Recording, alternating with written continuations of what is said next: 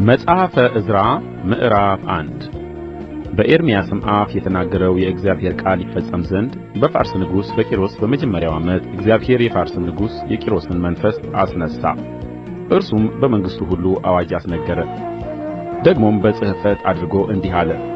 የፋርስ ንጉሥ ቂሮስ እንዲህ ይላል፣ የሰማይ አምላክ እግዚአብሔር የምድርን መንግሥታት ሁሉ ሰጥቶኛል። በይሁዳም ባለችው በኢየሩሳሌም ቤት እሠራለት ዘንድ አዝዞኛል። ከሕዝቡ ሁሉ በእናንተ ዘንድ ማንም ቢሆን አምላኩ ከእርሱ ጋር ይሁን።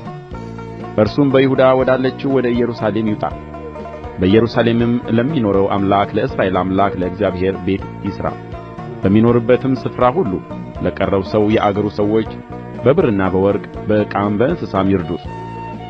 ይህም በኢየሩሳሌም ላለው ለእግዚአብሔር ቤት በፈቃዳቸው ከሚያቀርቡት ሌላ ይሁን።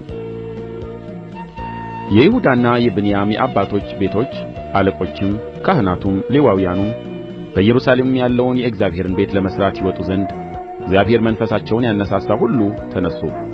በዙሪያቸውም ያሉ ሁሉ በፈቃዳቸው ካቀረቡት ሁሉ ሌላ በብር ዕቃና በወርቅ በገንዘቦችና በእንስሶች በሌላም ስጦታ አገዙአቸው።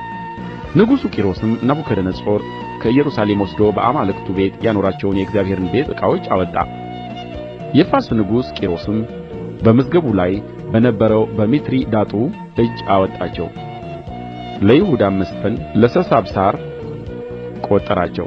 ቍጥራቸውም ይህ ነው፣ 30 የወርቅ 1000 የብር ሰሐኖች 29 ቢላዎች 30 የወርቅ ደካዎች 410 ሌላ ዓይነት የብር ደካዎች 1000 ሌላ ዕቃ ነበረ። የወርቁና የብሩ ዕቃዎች ሁሉ 5400 ነበሩ። እነዚህንም ሁሉ ሰሳብሳር ከባቢሎን ወደ ኢየሩሳሌም ከተመለሱ ምርኮኞች ጋር ወሰደ።